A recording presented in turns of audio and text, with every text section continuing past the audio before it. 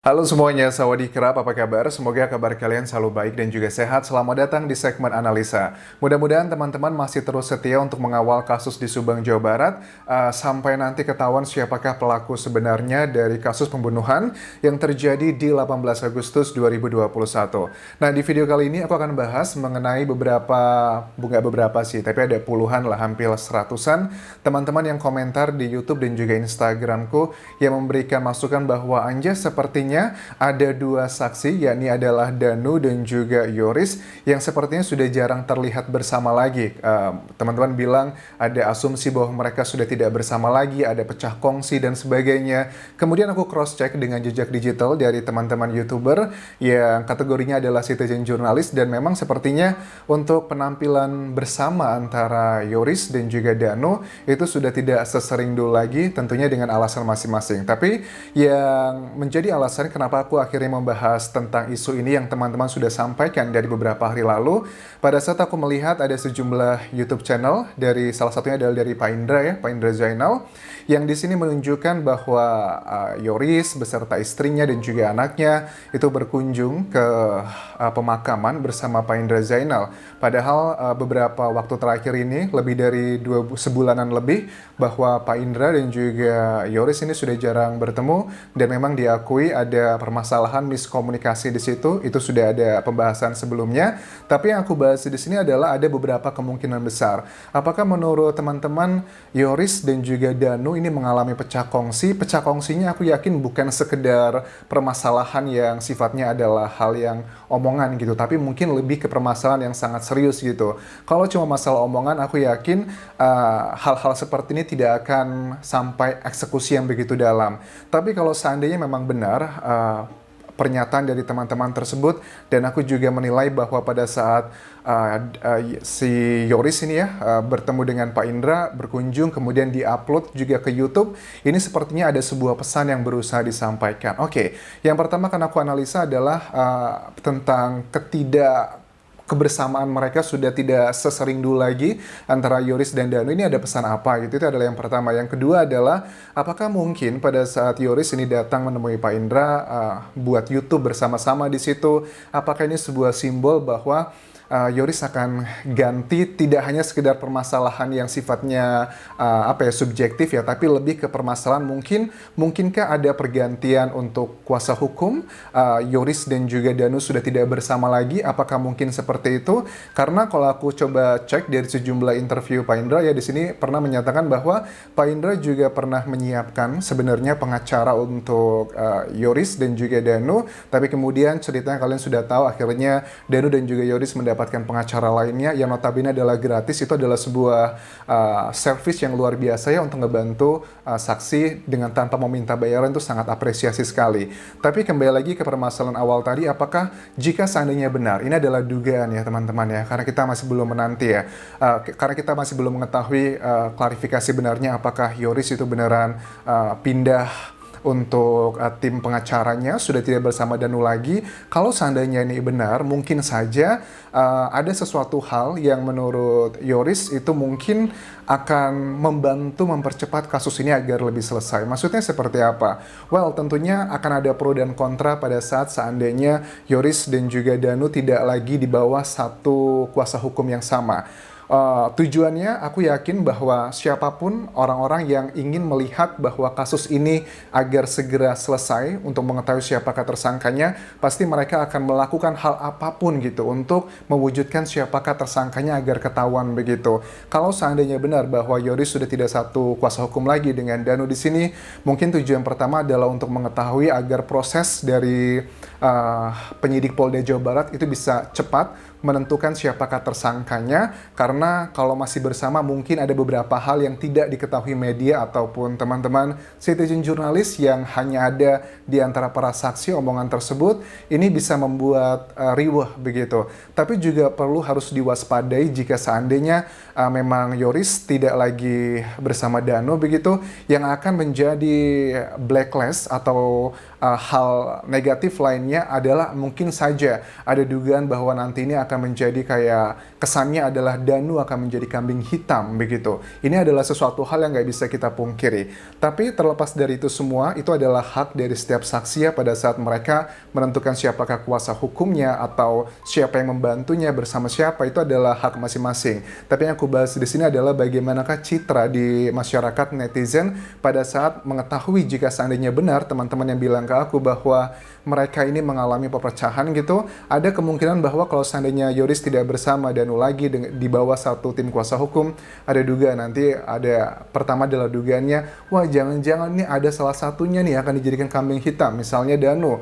Well, tentunya aku yakin banget ya untuk menjawab pertanyaan ini, nggak usah khawatir ya, karena tim penyidik Polda Jawa Barat, kalau seandainya mereka sebegitu gegabahnya untuk memuaskan keinginan netizen agar segera cepat terwujudkan siapakah tersangkanya, mereka bisa mengatakan kok siapakah tersangkanya itu dalam waktu bulan pertama atau bulan kedua. Aku yakin kalau untuk masalah kambing hitam, kecil kemungkinan untuk ke arah sana, dengan apalagi saksi kan sudah banyak didampingi oleh pengacara. Setiap pengacara pasti mereka tahu menjaga hak dari kliennya masing-masing. Itu adalah yang pertama. Yang kedua adalah kalau seandainya memang Yoris benar-benar ingin memiliki tim kuasa hukum sendiri begitu, dugaannya adalah Yoris sebenarnya mungkin sudah jenuh ya dia dengan kasus ini, karena bagaimanapun juga hidup harus terus berjalan dan semua orang, semua saksi sama ya statusnya ya, masih ada azas praduga tak bersalah. Jika seandainya memang Yoris memang ingin mengetahui siapakah pelaku sebenarnya dan dia sudah nggak tahan lagi, mungkin pada saat dia memutuskan jika seandainya dia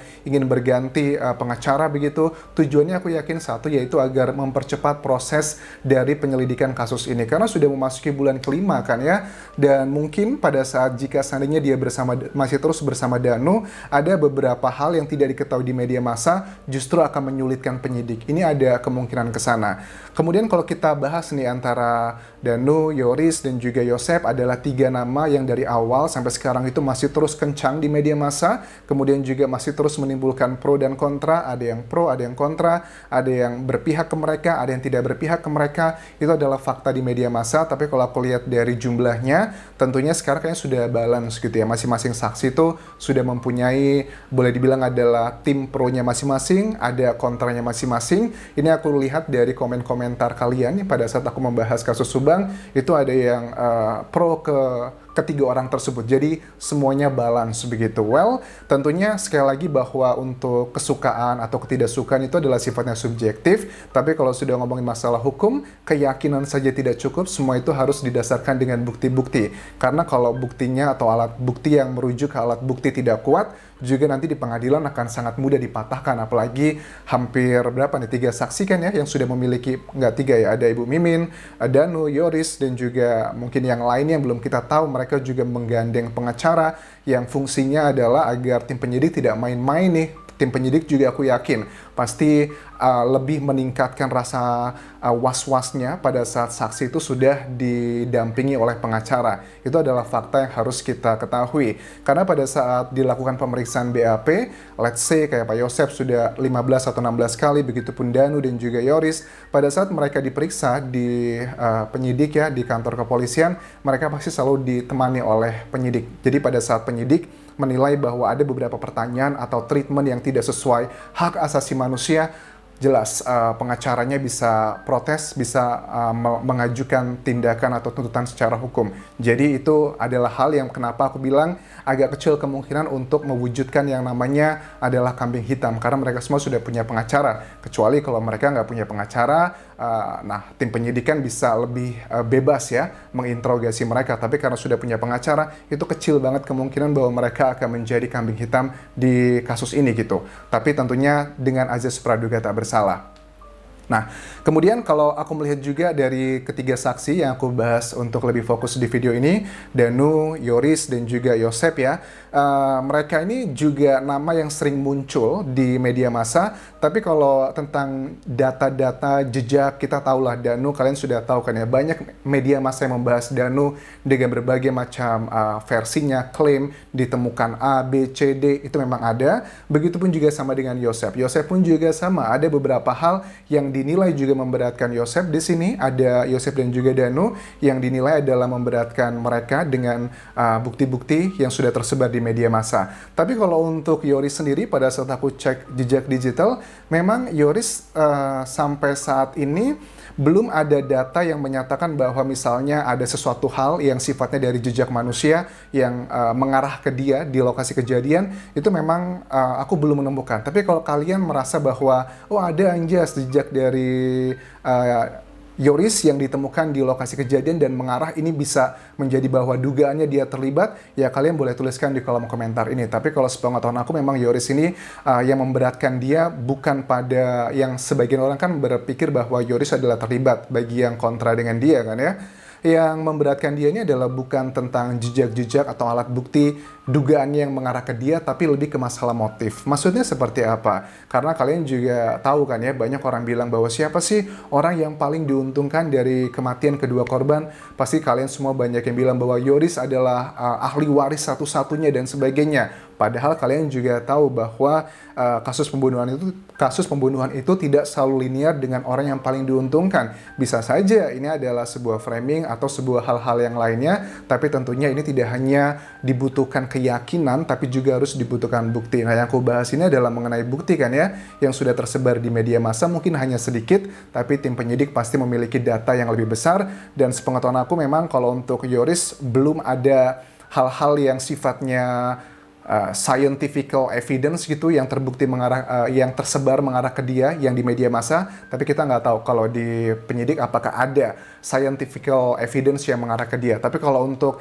Danu dan juga Yosef itu memang ada dugaan bahwa ada beberapa isu yang sudah sering kita bahas juga itu mengarah ke mereka, tapi tentunya dengan azas praduga tak bersalah itu bisa saja belum valid karena keterangan dari penyidikan belum ada ya dari media massa aku cari di sini. Tapi kenapa kok muncul data-data seperti itu di media massa? Itu karena memang sebagian besar berasal dari mereka sendiri pada saat mereka itu interview dengan TV nasional ataupun juga dengan citizen jurnalis. Mereka menyampaikan apa yang diperiksa di kepolisian, dan kemudian masyarakat media massa membahasnya, kemudian terjadilah perdebatan A dan B. Tapi kalau secara rilis resmi dari tim penyidik, memang sepertinya tim penyidik sejak sebulan setelah kasus ini terjadi, itu sepertinya menjaga jarak dengan media massa. Well, it makes sense. Apapun yang disampaikan tim penyidik sekarang ini tetap akan dicari kesalahan dan juga hal akan muncul lagi kontroversi kalau tidak ditentukan siapakah tersangkanya. Sudah memasuki bulan kelima gitu. Jadi